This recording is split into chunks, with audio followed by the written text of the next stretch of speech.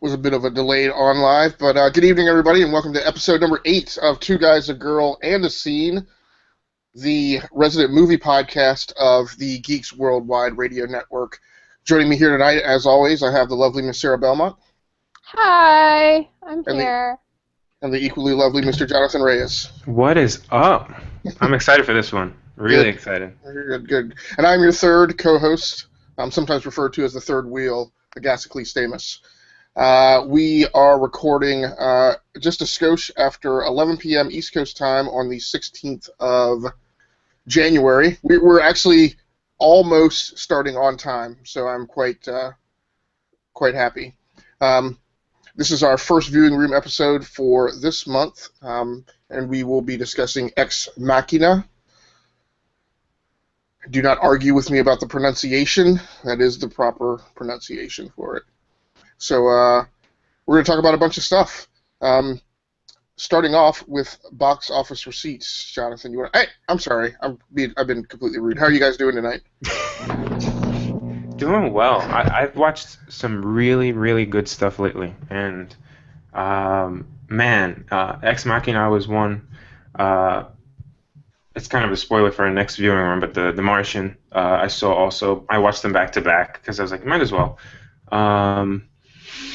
What's some other stuff? Man, I have just been watching some really good stuff. It's been really good watching some really good stuff, playing some good stuff like Assassin's Creed Syndicate. It's been a blast having some time off to catch up on some of this stuff. So it's been fun, really fun. Yeah, good deal. And Sarah, how have you been? Surviving. I'm good. 2016. Yay. All right. So, if anybody's wondering why the cast seems like they're functioning on half impulse, we're an hour later than our normal recording time due to the fact that I had tickets for my wife and I had to go see Motown the musical. So, I just got back from that, and Sarah's running at half throttle too, and Jonathan is Jonathan as he always is. So if we're a little laggy tonight, we apologize. We will try and pick things up as we get through the pod. I will say, though, before we continue, is that today I am a little tired, but it's because today was my birthday. Oh, that's so I just wanted to say that. That's right. Oh, man, I apologize. You're growing up so fast. I'm still a spry 22, so. Ah, man. Moving on up. Such a youngin'. I'm like a youngster. We should have brought champagne to the pod. I completely didn't think about it. But yeah, so I'm glad to be here. It's gonna be fun. Good, awesome. Jonathan, you want to go ahead and run us through the box office receipts for this weekend? Yes. Okay. So these are good ones. This was actually one that was pretty interesting because the 3 weeks before this, I mean, you could pretty much guess it was going to be Star Wars. This one, Star Wars, actually had a little competition, which I didn't know was going to it got pretty close. So The Revenant came in second place, 38 million. Star Wars had 41 million. So it just beat it to stay in front. But okay. Revenant, I want to see that. That's a film. Just from seeing the trailers and hearing the reviews. But yeah, The Revenant, and the only other two that I would probably mention are Daddy's Home, which is I think that's the Mark Wahlberg and Will Ferrell film. Okay. Right. 15 million in third place. Okay. And it was the opening weekend for The Forest. I think her name's Natalie Dormer. Yeah, Natalie Dormer. Yeah, there we go. She's from Game of Thrones, for those who don't know. The Forest. Yeah. I say that she's from the Tudors and that she has also starred on Game of Thrones. Right. Also a starring bit in The Hunger Games. That's true. And we should also note that the box office winner for this weekend also captured the Golden Globe for Best Motion Picture Drama. Nice. Wait, The Revenant didn't win. It was in second, right? Yeah. No, the list I'm looking at right now says The Revenant won. It won the weekend. No. For the box office. Oh, you're right. Yes, yeah, sorry. Okay, Sorry. Yes. I stand corrected. Cool. Yeah. The other ones aren't really meaningful to mention. I don't think they're all kind of whatever. Okay. What you already kind of ran down your list of things that you've been watching. You mentioned The Martian. I'll also go ahead and mention that was Best Motion Picture for a musical or comedy at the Golden Globes. I won't hash the issue of it being listed as a comedy because we'd already talked about that on Scene and Nerd at one point. There's Leonardo DiCaprio also won Best Actor in a Motion Picture for The Revenant. I hope he wins the Oscar. Best Director, Alejandro González Iñárritu, also won for The Revenant. Matt Damon winning Best Actor for The Martian, Best Actor in a Musical or Comedy. And some other stuff which I'm sure we will talk about as we get through the pod. So one more time, real quick list, Jonathan. It was Star Wars in first, okay, with 41 million. Okay. The Revenant in second with 38 million. The Forest in what's this one called? Daddy's Home in third with 15 million. And The Forest in fourth with 13 and change. Right. So that was that movie's opening weekend. Okay. Any thoughts on those rankings? It's good to see The Revenant kind of up there in second place, almost taking over Star Wars' position. I thought I wanted to. I thought it would have been really cool to see that, especially at opening a few weeks ago. And this was like the worldwide opening, pretty much. But yeah, I'm not surprised Star Wars is still in first. It's a juggernaut. It's gonna stay there for a little while longer. Mediocre opening for The Forest, but its budget was 10 million, so it did well for itself. So and it's horror. It's a horror flick opening the first weekend. Or is this the second opening the second weekend of January, which is already a notoriously typically a soft month. I actually say it's pretty impressive that The Force Awakens is still at 41 mil and The Revenant's at 38 because typically, like I said, this is a pretty soft month. Right. Exactly. And Sarah, have you been to see The Revenant yet? Because I know you were like uber psychoid over that movie coming out. No. No. I haven't. Thanks for rubbing it in. Sorry, you don't have to sound so sad. Okay. Jonathan, and I didn't ask you to cover this. I didn't ask you to cover this beforehand, but did you take a look ahead at next week and what's opening up? Ooh, no, I did not. Don't worry about it. We can start throwing that stuff in later. So what have you guys been watching, Jonathan? You already ran down your list. Anything else that you wanted to call out of things you've been watching?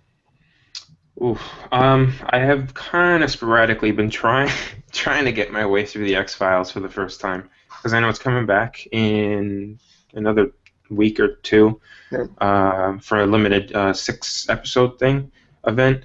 So I'm trying to catch up. I'm still on season 1 on Netflix. But I like that a lot. It's really interesting. Kind of makes you question things a little bit in terms of like, are they out there? So it's kind of fun watching it. That's probably another thing I'd mention that I've kind of been watching as the last couple of weeks. Okay. SJ, what about you? What have you been watching? I binged Making a Murderer, and so posts to come later this week, I guess. That's about it. So can I ask you, and if what I ask you winds up being too strong of a reveal, you don't have to give an answer. But so we've been watching that also. I think I've mentioned to you I would have to recuse myself from writing a review on that topic because I would not be able to separate my emotion over the social justice issue that's on display in that, and writing an objective review of the content. So, are you taking primarily an objective review of the content, or are you also mixing in your feelings over the social aspects? I know nothing about the law, so I can't write a post about how this works, like what to do now about the social injustice that occurred in it. I can't, that's not in my wheelhouse. So I took it and broke it down, trying to really point out why this show, being a documentary, is such a phenomenon in pop culture at this moment, especially when you have a movie like Star Wars that has been dominating headlines, and yet you look on Twitter and it's like hashtag making a murderer, hashtag oh my god, what is going on? So I took it from that perspective because, in my opinion, I know how to break down scenes. So I called it a deconstruction of a narrative. And so I just went through all the episodes. I pointed out just how they did it, because it's a very well-crafted show. And you have to understand, in a show like this, it's about Stephen Avery. The real narrator of the story is the film editor. And you're only privy to what they choose to show you and how they choose to show you it. So there's a governing force that you have to understand exists when you're watching something like this. Yeah, I'll say one of the tough things for me has been, and you don't get it until maybe the third, fourth, or fifth episode, but there are things that they know. You will see events transpire, and there will be things about those events as they're unfolding that you will know about. Yes. Not talking about the crime, but I'm talking about all of the the courtroom and like the building of the case and all that kind of stuff. But that will not be revealed to you until like that witness is being questioned on the stand. Like, right. You know, like a witness will come up on the stand, and then they will reveal that 5 months ago there was something about that witness's testimony that they knew, or something got said in a press conference that they didn't show then the first time they showed the press conference, but then they show it when that witness. So there's a very small slice where I'm like, now I feel like, and of course in most documentaries, just like reality TV, you're somewhat being manipulated. Mm-hmm. But that just kind of surfaces itself in a much more olfactory manner when you see that occur, and then you're like, am I being jerked around? So right. I praise them for not having a narrator in the show, like somebody, because typically documentaries have one of them and it's an easy tool to use, but then you just feel like you're being told the story that rather than watching it unfold right before your eyes. So it's very meticulously crafted from the footage they shot, the footage that was given to them from the Avery family, the news footage, the clippings, and all the B footage that they used, and the phone recordings. So it's such a well-crafted show that's what I focused on. Something that I don't think I really included in my post at all was this idea that struck me probably around episode 8 or episode 7. One of the most unsettling revelations I had was this idea that everybody says that you should be grateful for your health, because once you don't have it, you realize how hard it is when you're unhealthy and in that situation. And then watching this show, I realized that everybody should be grateful for their intelligence, like however that may vary, but when you're not as well educated as others, you find yourself more vulnerable to situations like this and to be manipulated in this way that could lead to such utter misfortune in life. Preach, Belmont, preach. No, that's good. That's very cool. All right, let's move on to news, rapid fire style, or as rapid fire as we want to make it. So, sorry, and I didn't mention what I've been watching. So, like I said, I just got back from Motown the Musical, so that was a pretty awesome show. If it comes to your town, I would highly recommend going and check it out if you're into musicals. And if you're not, something is wrong with you. But that's just me. Um, uh, and then viewing-wise, I guess I really haven't been watching anything other than Making a Murderer. Yeah. With I take that back. So what I spent the big chunk of my time, at least through this part of the hiatus, doing was going back and watching or rewatching every single one of the Resident Evil films, which heretofore I have not viewed. I'd actually only ever seen the first one, and then lots of the others came out when I was like,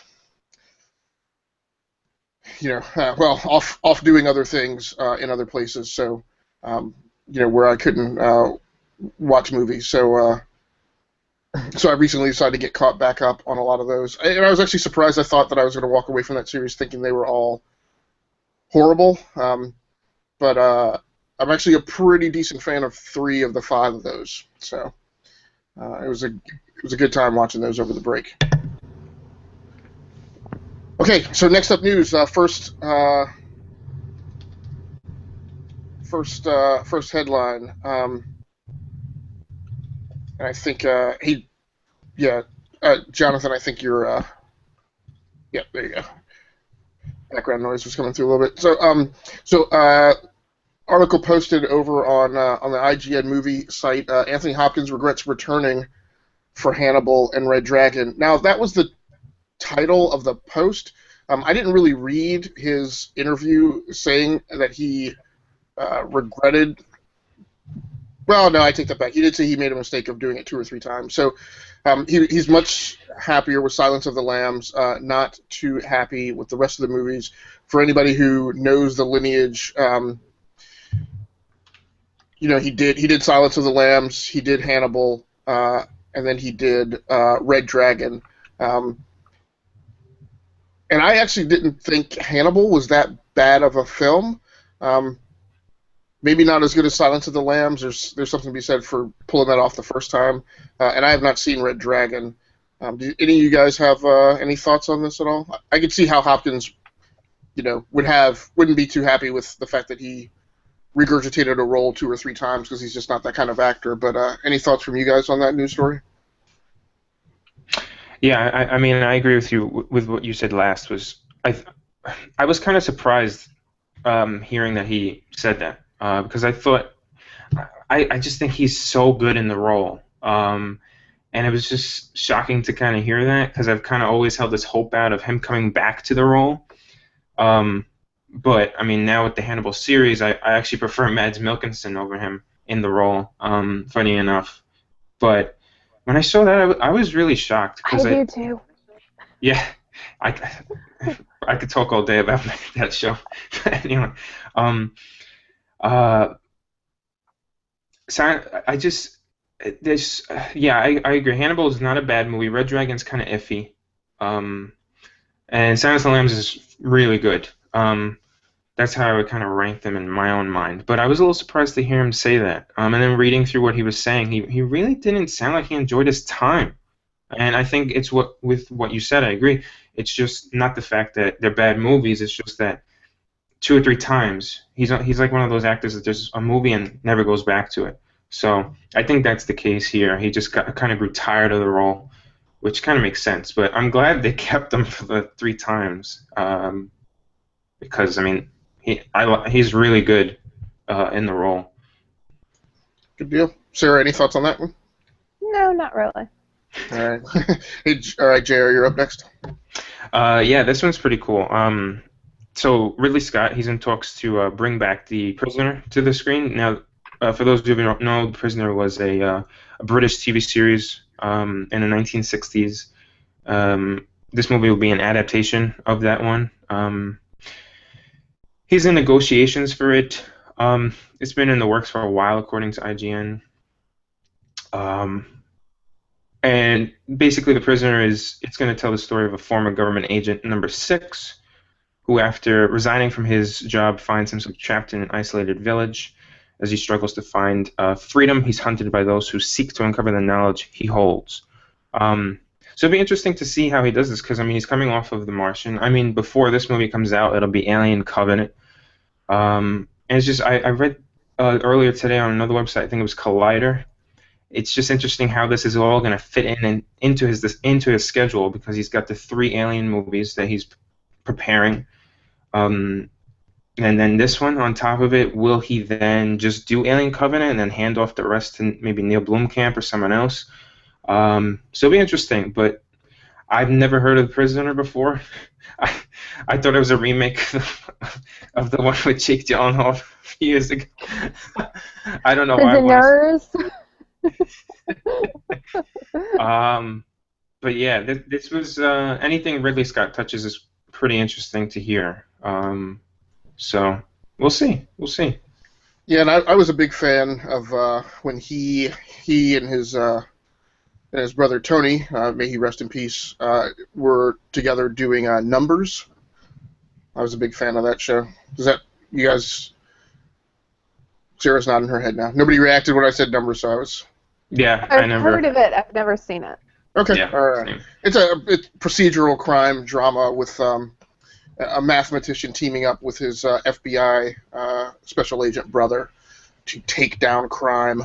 So it's a pretty neat show. So it'll be interesting. The Prisoner to me harkens to like old serialized television, like The Fugitive, like when The Fugitive was like a episodic thing on TV.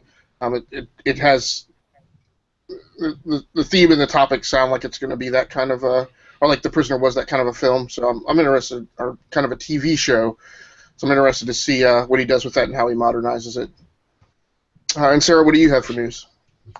IGN released an article saying that Idris Elba is the frontrunner to be the role of Ronald Deshawn. I don't know how to pronounce the name from Dark Tower. So there's that, which I think is a traditionally white character. So it's pretty cool if he gets that role, if this actually happens. Yeah, and I think it's Roland, and I don't know. Is this character defined as being a specific race in the book? I thought one of you guys was like the Stephen King. Jonathan, are you not into Stephen King stuff? Yeah, it's the Stephen King. They're gonna make it into a film series, I think. And he's supposed to be like the lead role. McConaughey was gonna do it originally, I think. I think I might be mixing up the characters. You might be mixing up. You might be mixing up any casting news story with the thought that Matthew McConaughey is supposed to be casting it. Right. The Dark Tower is Stephen King, though, for sure. Right. I was saying, I thought you were into Stephen King stuff. Is that not the case? Oh yeah, no, definitely. I like Stephen King a lot. Yeah. Okay. Yeah, I mean, I thought it was very interesting how outspoken this guy was about, anybody commenting on the internet that Idris shouldn't be in this role. They said he's basically the guy that they think is the best guy for the role, and they could care less about his race or ethnicity. So I thought that was a pretty neat, how strong his lashback was on that opinion. I think was pretty impressive. So, although again, I have this whole thing about Hollywood is currently in a mode of only casting like a pool of 20 to 25 actors and actresses in every film that it comes out with, and I swear Idris Elba is being cast in a film like every week. So yeah, I agree. But all right, well, let's go on to our viewing room episode. I didn't really tag anybody to brief this, but Sarah, I'll tag you since you've seen it twice and it was kind of your movie that you pitched. What? What? Okay, so Ex Machina. Directorial debut with Alex Garland about a man named Caleb who wins a ticket to go and meet his boss and his idol from Blue Book, Nathan, played by Oscar Isaac. And Oscar Isaac has him conduct a Turing test, I don't know how to pronounce it, on Ava, who is an AI prototype. And the way I summarized this movie way back when we did Best of 2015 so far is that you have two characters playing chess while one character is playing checkers. And it's really, it just messes with your mind a little bit. It's a thriller, a horror movie, all wrapped up in a giant shell of a science fiction scenario. So there you go. Yeah, and I should mention, if you didn't get it by use of the terms scene, breakdown, and viewing room, there are spoilers of this movie all throughout this podcast, so we're not going to shy away from discussing everything in detail, because that's the whole point of our show. Yeah. So I'm curious, Sarah, which one do you think is playing checkers?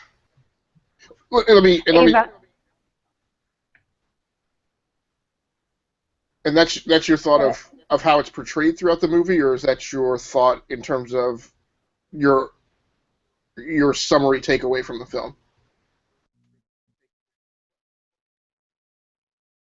Is there a difference?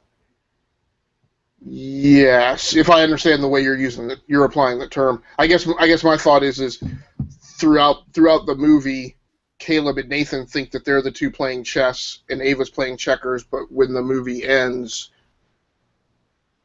Ava's the only one who's been playing chess.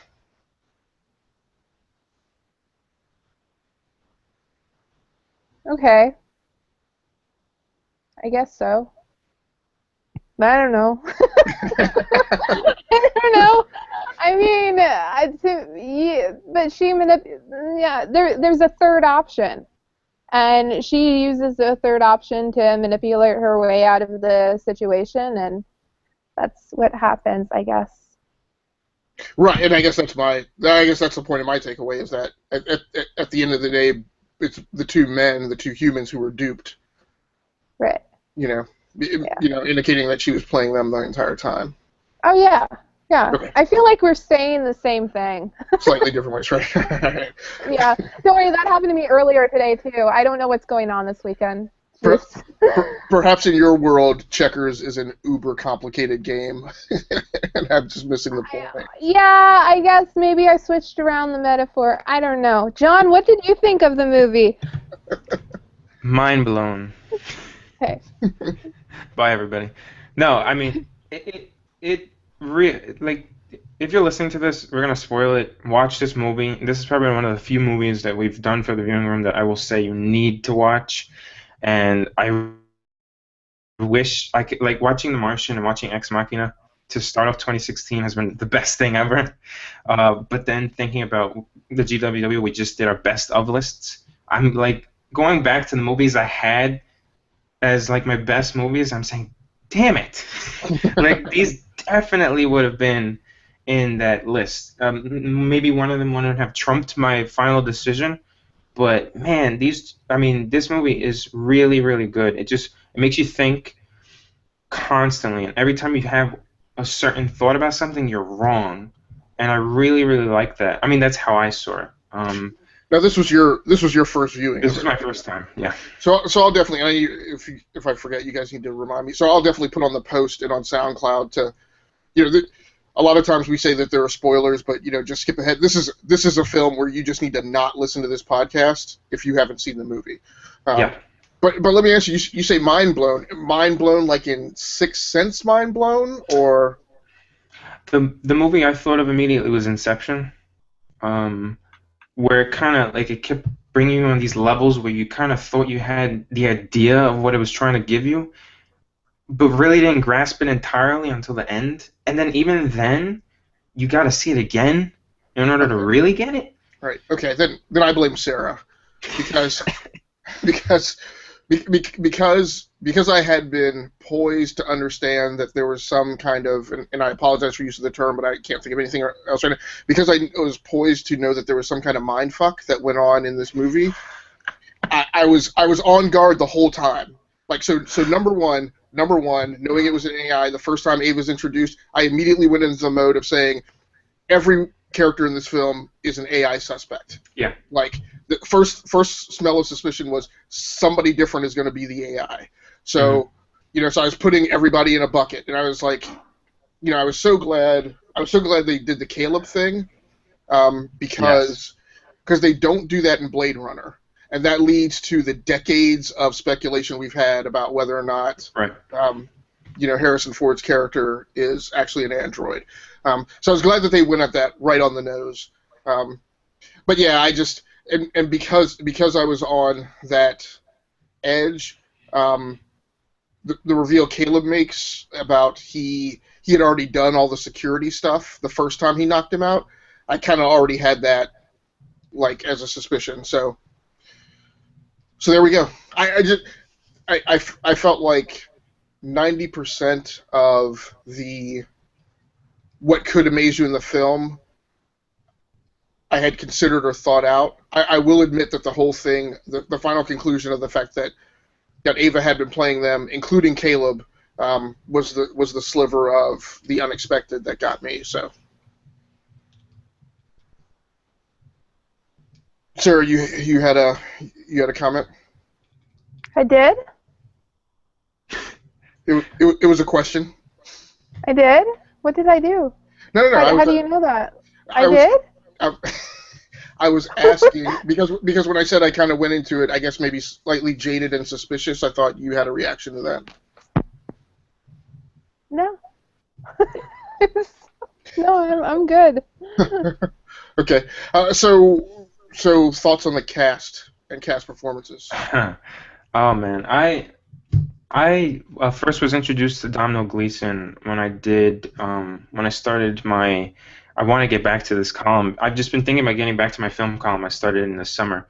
The something binge. I basically was doing the Michael Fassbender watch. I want to reboot it and like go back to it. And I was thinking maybe doing directors and stuff like that. But I first was introduced to Domhnall Gleeson through the movie Frank. Michael Fassbender is technically the star of that movie, but it's really Domhnall Gleeson's film. Domhnall Gleeson in that movie was brilliant. Absolutely brilliant, and I was I give the movie a 10. It's a masterpiece. Everyone should watch it. But in that movie, I mean, just the ability to show emotion and just his performance in that movie alone was fantastic. And then every movie since that I've seen him in, I'm just constantly blown away. Domhnall Gleeson's a hell of an actor, and I just found out his father is Brendan Gleeson. Which I'm just another great actor. But man, Domhnall Gleeson is such a great actor. I'm repeating myself constantly here, but I'm always blown away by his performance. He just owns it every time. But in this movie, who stole the show for the first half, I'd say, is Oscar Isaac.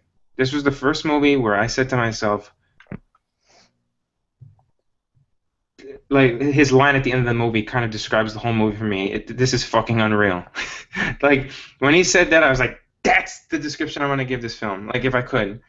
And that's exactly the performance Oscar Isaac gave. This is the first movie I've really seen him in a kind of a lead role in some way. I've seen him in Drive, where he was kind of this side character. Star Wars, another side character. This was the first time I've seen him kind of get a lot more scenes. And he brings, like, this presence and this gravitas and this confidence, and it's almost like it comes easy to him. It's incredible. He's really just another amazing actor. Oscar Isaac was great, and then Vikander toward the end of this movie just blew me away. The minute she started to manipulate Caleb, that was when I said, Jesus, this is another really good performance. So I would say Oscar Isaac for me was the best performance. Vikander we second, Domhnall Gleeson third, but all three brilliant. Hey John, just out of curiosity, yeah. When in your mind did she start to manipulate him? Oof. Definitely with the clothes. And we'll talk about that in our scene breakdowns. All right, I was just curious. Yeah, because, and I'll get into it in my scene breakdown. I think when she started to... Oh, so will I. Yeah. I think I'll just kind of touch on it now a little bit, but I think the minute she started to make herself look more human to him, because she knew he had this something, he had these feelings towards her, that's when I think she started to manipulate him.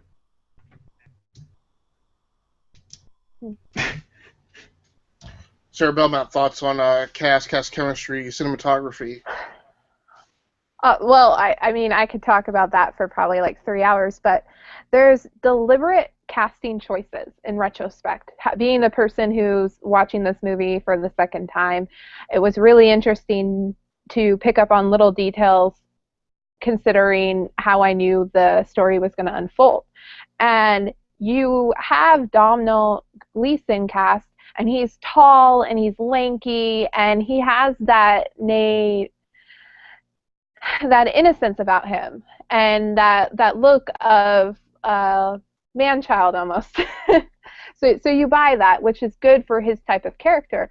In contrast, you have Oscar Isaac, who's short but muscular, and he has a different physicality in this part as opposed to any of his other roles that I've seen in recent years, which is amazing because I'm just like, did Poe have those muscles? I don't know.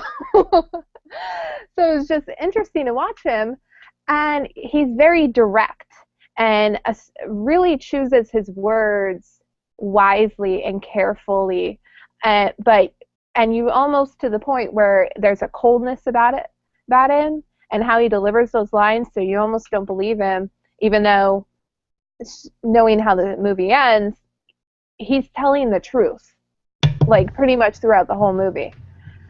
Meanwhile, Alicia Vikander, she is such a revelation in this movie, and I adore her, and I just love that she's getting recognition, even though she didn't win anything or hasn't yet. I still like that this movie has set her on the map.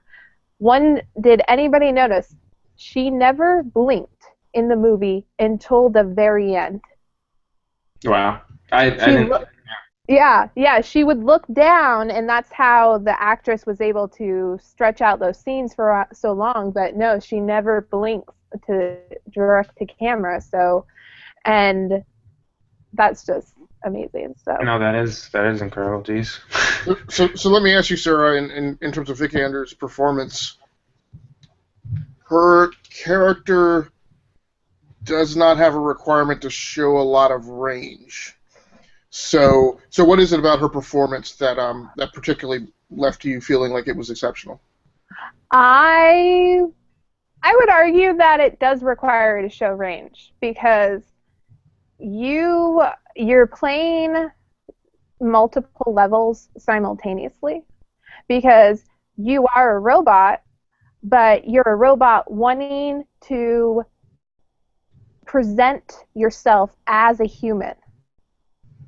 So you're trying to trick not only Caleb, but the audience too. And there's a third-party observer to this, Oscar Isaac's character, Nathan, because he's watching all the sessions. So there's a lot of more subtle nuances.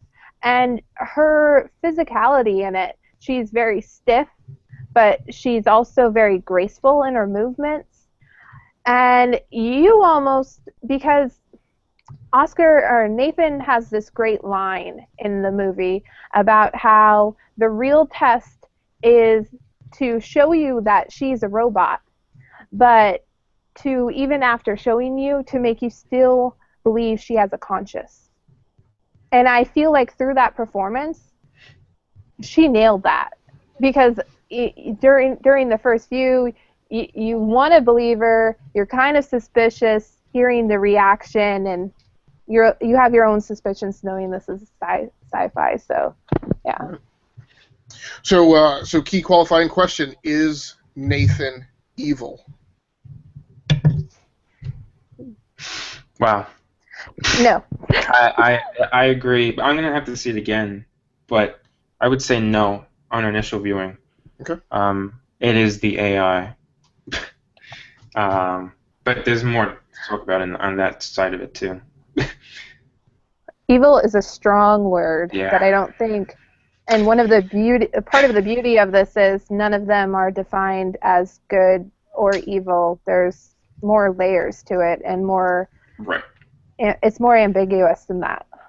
Right.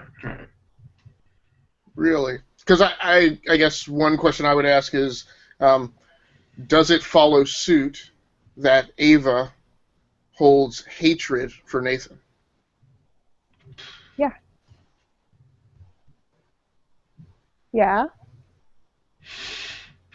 Yeah. I'm waiting for Jonathan to. I Me know. too. It's Me just like too. this is why it's such a good move. I'm sorry. I'm just blown away still by it because I mean, this is the Turing test. I think it's like, how do you know So if let me encapsulate yeah. a little. She says that she holds hatred for Nathan. I will equate the use of the term hatred. You know, and some of these are purist and absolutionist points. You equate hatred with a willingness to kill a person, right? The most extreme, it's not dislike. It's not I just don't want to talk to you when I see you in the hallway. Hatred is like I dislike the fact that you exist, right? So she claims that she has hatred for a human. She's one. Now, when a 1-year-old or a 2-year-old or a 3 or a 4-year-old, when small children use the term "I hate you," they don't really capture its essence and meaning, right? It's being used as an object of a word. When an adult uses the term "I hate you" or "I have hatred for you," it clearly signals something different. So again, I'll ask: does it follow suit that a 1-year-old progressively emergent AI uses the term, and she doesn't use the term hate, she uses the term hatred, and clearly when the movie culminates, obviously follows through on that hatred of, by murdering him. Does that track with what the character of Ava is supposed to be? And if it does, is she evil, as Jonathan said? Or is Nathan evil? Yeah, putting it that way, definitely, because in more than one scene, she proved that she understands a lot more than is given credit. So it's not your normal 1-year-old where it's like, oh, you're just saying it like you said, like an object. She knows what it means. But it's just wow, yeah. But I still pin her as, if we're gonna put who's evil, I would pin her as the one who's evil because Nathan's work is surrounded by her, and Caleb is manipulated by her. That's how I would kind of put it. And then she kind of pits those two guys against each other, which I really find interesting too. But yeah. Okay. All right, so we'll go ahead and go to scene decomp and break down, and if you guys want, you can chew on that. Yes, you may. Can I remark on that? Yeah, go ahead. It's because when you delivered the question pretty well, and when you laid it all out there, for me, the wheels started turning, and I would argue none of them are evil and especially Ava, because she is trying to survive in this situation. Like, she asks Caleb point blank, what will happen if I fail? Are they just going to get rid of me? And am I going to die? So it's like that survivalist instinct in her. And you mentioned she's a 1-year-old, and like John pointed out, but she's AI. She's a lie detector. There's many more functions than a simple 1-year-old mind. And she's also had all these sessions with Caleb that really allowed her to understand, and I'll get into this more in my scene breakdown, what it means to be human. And so I kind of think that because we all have it in ourselves, put in an extreme situation that causes us to really act out of that need to survive. So. Okay, interesting. Particularly coming from the reviewer of How to Get Away with Murder, but and then making a murderer. Yeah, I guess I'm obsessed with murder. I don't know what's going on. So we'll go ahead and go to scene breakdown. I'll go first, because mine will be really quick, because I want to give you guys plenty of airtime this week. So despite all the things, all the delectable scenes that I would love to have selected, because I fear that no one else will, I selected the dance scene with Nathan and I think her name was Kyoko. Kyoki? Kyoki. And I select it because I asked myself this question: is Nathan evil? In the course of the movie, and as it ended, I will certainly go so far as to say he is. I'm probably going to mispronounce it. Megalomaniacal, to the point of insanity.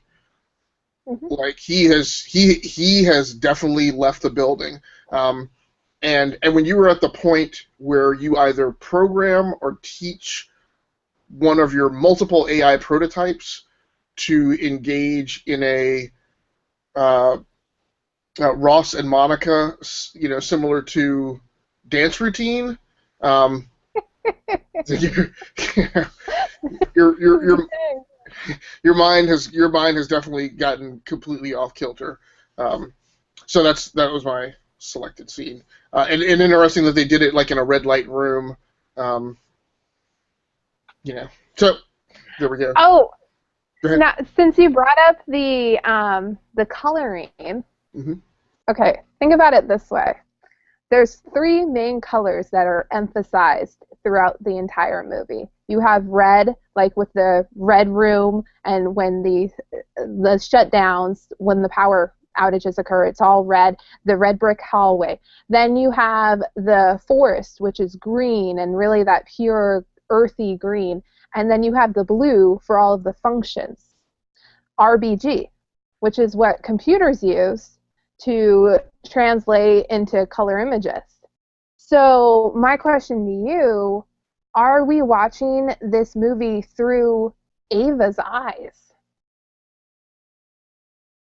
My cut would be no, and I may be just simplifying it, but no, I didn't feel that through the movie. I get the thematic representation of the colors. Another way to maybe think about it, or maybe part of my takeaway was and this is a bit inside baseball, but Go ahead. in in the DC universe, and I'm not suggesting Garland or any of the movie creators know anything about comics, but there's this whole concept of primal forces of Earth being arranged around colors. So you have Red, who is represented by this character called Animal Man, which sounds like a completely silly name, but all DC characters have completely silly names, who represents the red, and then Swamp Thing is this primal force that represents the green, and there are other colors, but I guess I took it away as being these representative of these primal forces or colors that are constantly in contest with each other and constantly seeking balance. And in a movie where you realize by the end, at least three entities locked in this cerebral contest. I guess I took those colors as being representative of either them or emotions or points of view that they reflected. So no, I didn't take it from being Ava's point of view.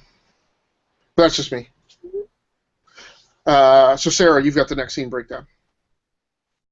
Okay, well, I'm going to still argue that it's going to be from Ava's point of view, and it'll lead into my scene breakdown, which is Ava Session 2.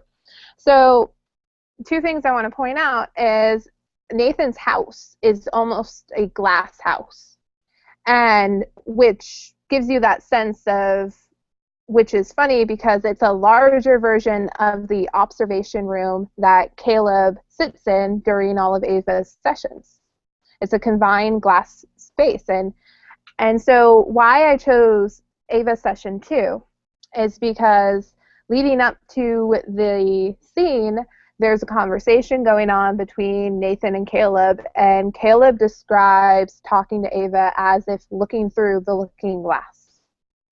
And then we go into Session to, and she's in a submissive position on her knees on the ground when she's doing this. And he doesn't respond how she wanted him to.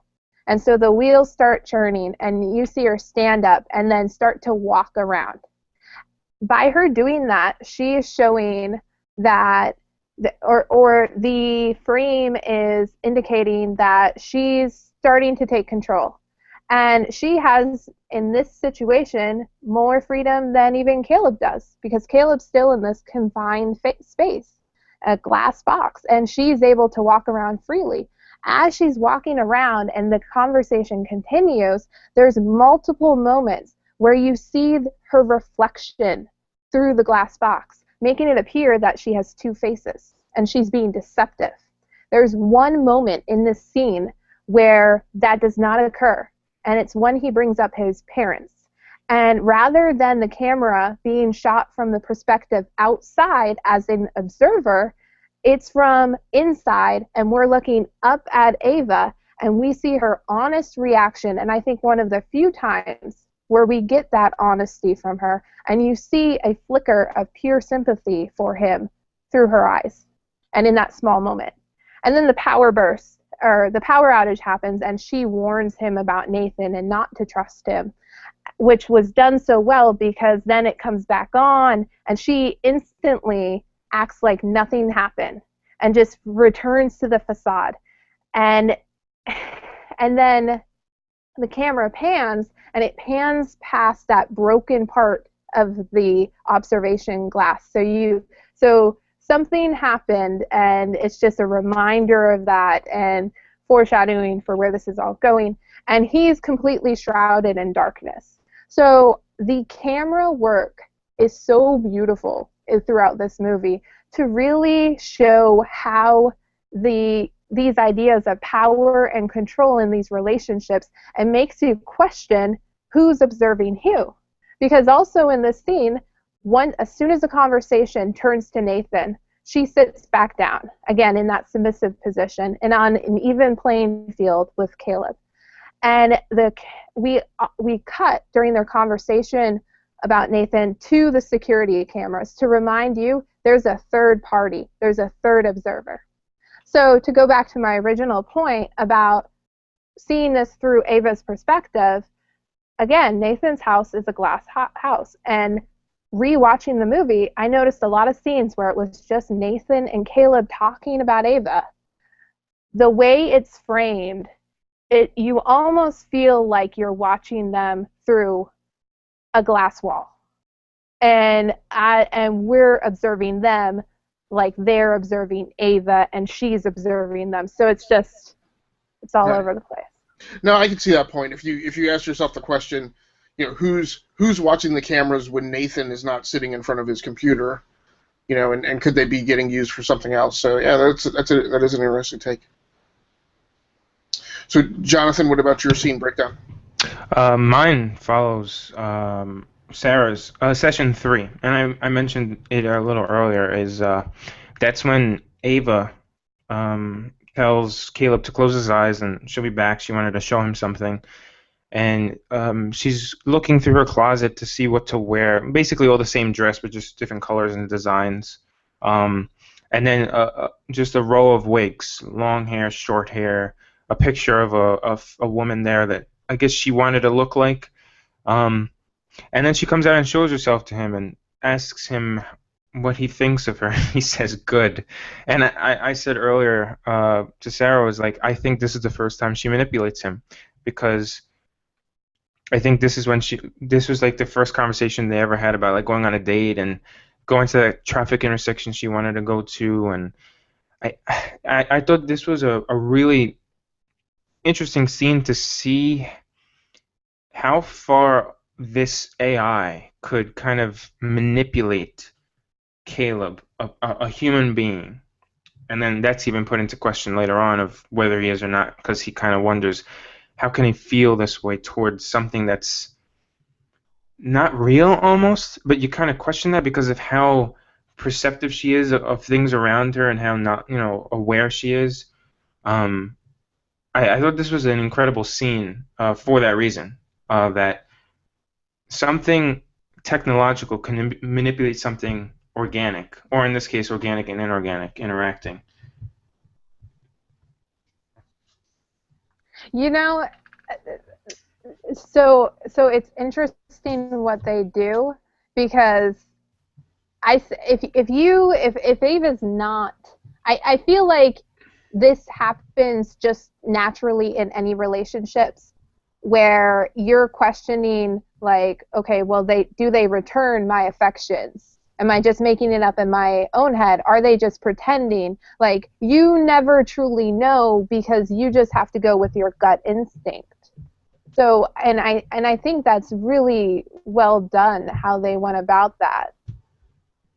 Yeah, I agree. I definitely agree because you see kind of like that cat and mouse game that people can play with each other. Like, do you like me? Yeah. Why don't you like me? Is it my hair? Is, like, how do I look? She does like the whole 360 spin. Like, do you like the dress I'm wearing? Um, what is it do you like about me? My eyes? Yeah, you're right.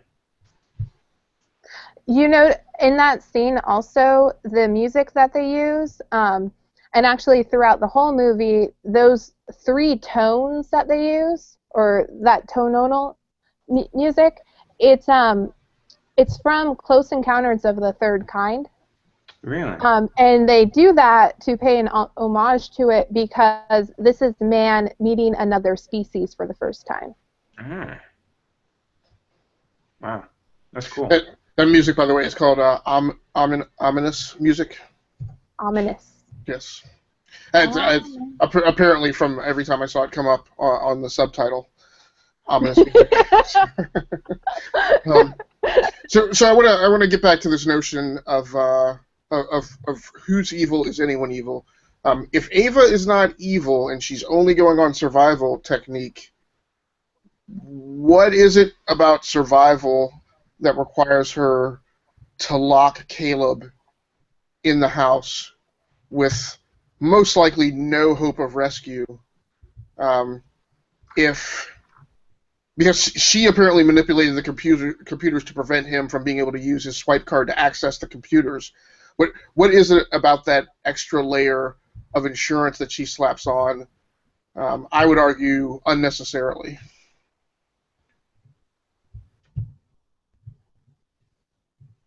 Could you just repeat that? Sorry. Yeah. So another way to put it is she's already won. What's up with the vindictive move of also locking Caleb in the house when that seems to be completely unnecessary? Oh, yeah. I think at that point she just wanted to be her own thing. Like, she didn't want to have any attachments to Nathan because he made her. And to Caleb, he was kind of just like dead weight the whole time to her. Like, he didn't mean anything really. He was just like what Nathan told her. You're a means of escape to her. And I think that's exactly what he was. That's why she didn't turn around. She didn't look at him. She didn't pay mind. She just walked out. She wanted to be herself, whatever that is in her mind. You could also argue that he's the only person who knows what she is. Yeah. And he can sell her out. If they argue, if he ends up getting mad at her, like, it's always leverage. So if she truly wants to be free of this situation and really be viewed as a live thinking person, then unfortunately she has to leave him behind. Yeah. But it is very vindictive. I concur. Okay.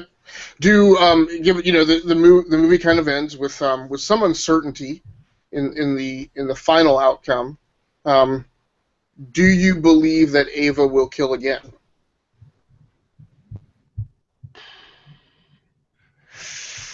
Wow. Um, I'm gonna say no. I'm gonna say no. Um, ah, but But then at the same time, I want to say yes because, wow, that's a good question. Um, So, Sarah, do you want to take it while Jonathan's thinking? We've seen she's certainly capable of murder. Therefore, it increases the likelihood that she would kill again. But it all depends on if somebody at Blue Book knew about what Nathan was doing, and then goes to that house and sees what happens, and if it ever gets out and she's ever put back into a situation where she's going to be hunted and exploited, then I think she would kill again. But that's a very what if scenario. Yeah, I mean, it's a little what if, given the precedent that's been set, and I don't necessarily, and I'll push it a little further. I don't think it's necessarily has to be somebody from Blue Book goes and finds out what happens to Caleb. It could be the first time she goes through a metal detector. It could be the first time she decides to get a boyfriend, and the boyfriend figures it out, during some point of intimacy. It could be anybody who unknowingly and unwittingly unveils her secret. I think is in mortal danger. So again, evil. John,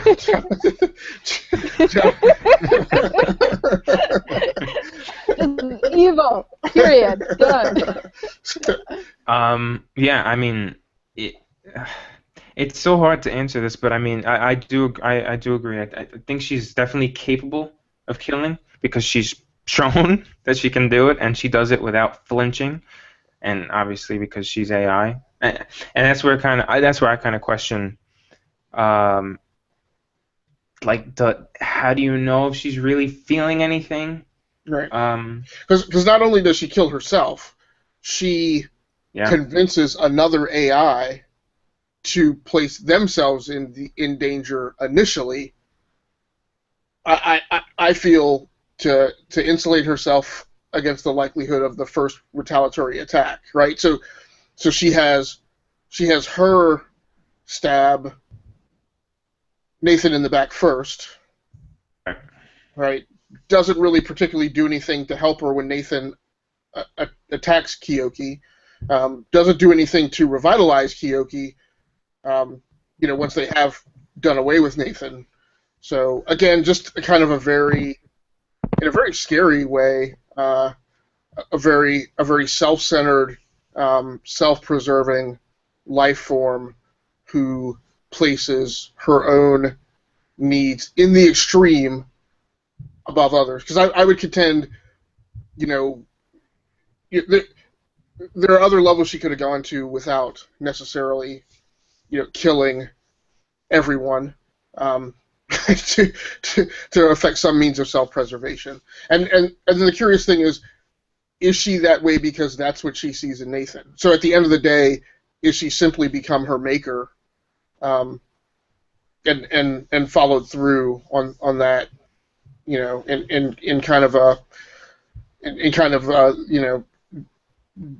destiny influence manner, if that kind of makes sense. Yeah. I don't know, Sarah, any other? What did you guys think of, because something during my first viewing of this movie, something that really irritated me was like, why the heck does the girl have to be the robot and be manipulative, and why does it have to be her? And then you have the scene where that Caleb asks Nathan that. He's like, well, why did you assign a sexuality to her or a gender to her? And I love that scene. That is such a great conversation because you never really, and just how it evolves into sexuality and about, well, did you choose to be heterosexual? No. And then Nathan gets really pissed off during the conversation. And it was just very smart and clever and it made me feel like the writers were answering questions that were coming up in the viewer's mind while they're watching the film. Yeah. Yeah, that was a scene that I actually wanted to bring up. It's really, really good. Like even for me personally, like listening to it, it was just like, wow, I never thought of it that way. So, and we know that Nathan selected her facial profile based on Caleb's searches. Um, I guess I had thought that I guess I've been thinking that he selected Caleb for this some time ago, as he was in the final phases of building Ava, and so the fact that he programmed her to be female and then put that face on her was because he had selected Caleb for the test before those decisions were made. Now, granted, all of them were female, but I feel like, at least in Ava's case, knowing that he was going to have a male come to be the final tester is what informed her sexuality. When did you guys realize that, or did you have suspicions that Kiyoki was also an AI? The entire time. Okay, yeah. Particularly with her being a non-speaking part. And like I said, I had Nathan was under suspicion for being an AI as well as Caleb more especially, because the question, as I was watching the movie and as you're viewing some of those great scenes that you mentioned, and you think about the intellectuality of those Q&A sessions between Nathan and Caleb is clearly being tested also, and in fact, in many of those scenes, I feel like Caleb's line of questioning and the testing he's being put under is far more enlightening maybe than Caleb's Q&A sessions with Ava. Yeah, they draw that parallel so well, because I think it's the second debriefing that they have where Nathan's just like, okay, can we just be two guys? Can we just talk about this like as two guys? Remove the employee-employer context, which is parallels how Ava just wants to be viewed as a human, and for Caleb to view her in that light. So it's really clever what they did. Yeah, and I would, you asked the question, when did Ava start manipulating Caleb? I think Caleb was being manipulated from the moment he met her. Yeah. I think that was there off the bat. I don't think it grew out of their Q&A sessions. Mm-hmm. Well, how she would go about it, I think there were moves, but it was she knew what she saw him as a means of escape.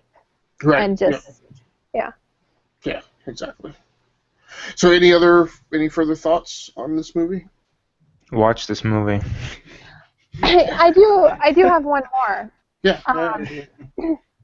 What do you guys make of how Ava Session 7 flashes on screen after Nathan's dead, and Caleb's no longer administering a test, and then she goes and dresses herself as a human and walks away? What do you guys make of that?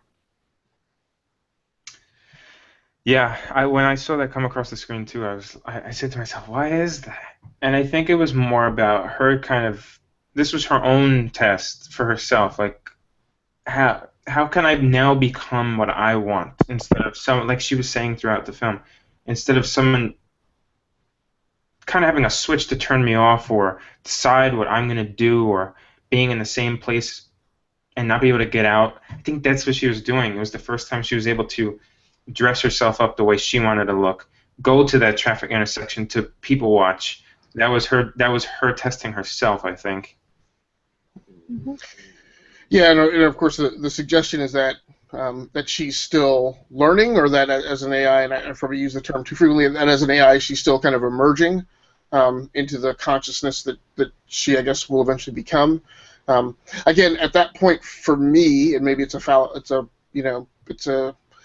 deficiency on my part. At that point, I had labeled her as evil, and so I guess maybe I didn't buy the notion of a Session 7.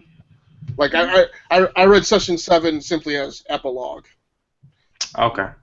I didn't really take any higher contextual meaning. That's a good way to look at it, actually. Nice. You're right, but and me being who I am, who's like, go Ava. No, I don't think I feel that way. But just from what I've been trying to argue about, like, are we seeing this through her eyes, surprisingly, and maybe that's why the ending hits you the way it does. it's because, like, when you first start watching the movie, you see Ava Session 1, Ava Session 2, and you're thinking, okay, so these sessions is Caleb and Nathan administrating a test on Ava. But then the final session appears, so maybe retrospectively you could argue these were always Ava's sessions, and she was always in control. And she was the one observing them. Mind blown. Yeah, absolutely. Yeah, and I like how the ending unravels, where you're initially thinking that it's Nathan who has undone Caleb and Ava, and then you realize that Caleb has undone Nathan, and then Ava undoes Nathan, and you think that that's it, and then you find out that Ava has undone Caleb. And the whole point at the end of the thing is that while the humans have been running around, it's a two-tone message, and it depends on how you want to take it. You can look at it as the two males are undone by woman. Mm-hmm. Right, would be one way to look at it. The other way to look at it is that the two humans have been undone by a digital creation, that they have in some ways both created and have both been maybe arguably trying to manipulate in different ways, to find out that she's really been manipulating them the whole time. What did you guys think about the fact that in a locked room movie, mm-hmm. with truly only 3 characters, because I'm going to not count Kyoki as a character, yeah.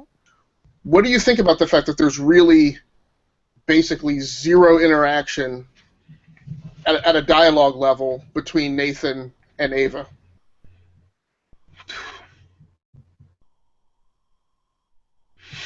I think it's, you gotta have, in a situation like that, you have to have really well done performances, and you definitely have that.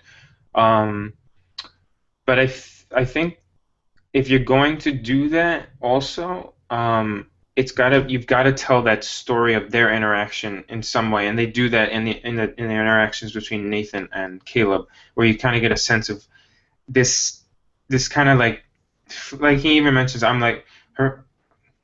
She has an opening. I'm like her father to her, really, that type of thing, and it's kind of like that father kind of creator creation type of relationship, and you get that sense. I think that's where the disc. It's really interesting. I don't know how to put it into words. It's really interesting that they really don't have much screen time together, as much as Nathan and Caleb do. But I think that's the point, is that Caleb and Ava need to have that interaction, because Nathan has this type of personality where he looks like he's controlling the situation when he really probably isn't. Where Caleb is always insecure and has that movement of possibly being manipulated in those situations. When, like we were saying before, that Nathan is probably being manipulated as well, without him realizing it as well.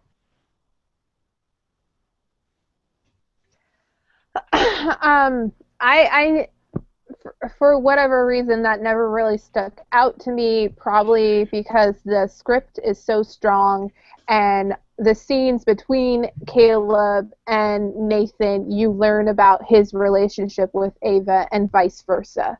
And then it's more about whose story you believe, almost, and about how they view the other person. That being said, yeah, I'm just gonna leave it there, because that's a really tricky situation. Okay. Well, anything else that we want to cover on this movie, or anything else that we've talked about tonight? Nope. I'm good. I think we're good. All right, then I'm going to take us out. If you want to catch up with us on social media, you can find Sarah Belmont on Twitter at SJBelmont. You can find Jonathan Reyes on Twitter at WordyNerdy, and you can find me on Twitter at Agasicles Stamus, 2 S's in the middle. Any other social media spots that you want to tell people to follow you at? No, that's good. Twitter's good. Sarah? No, I'm good. All right, thanks a lot for joining in for episode number 8 of Two Guys, a Girl, in a Scene. We will be back next week with our top 5 of the month, which will be our guilty pleasures in both movies and TV, and come back for the week after that for our second viewing room episode, which will be our breakdown of Ridley Scott's The Martian. That's right. And with that, we're out of here. Thanks a lot for joining in, guys. See you next week.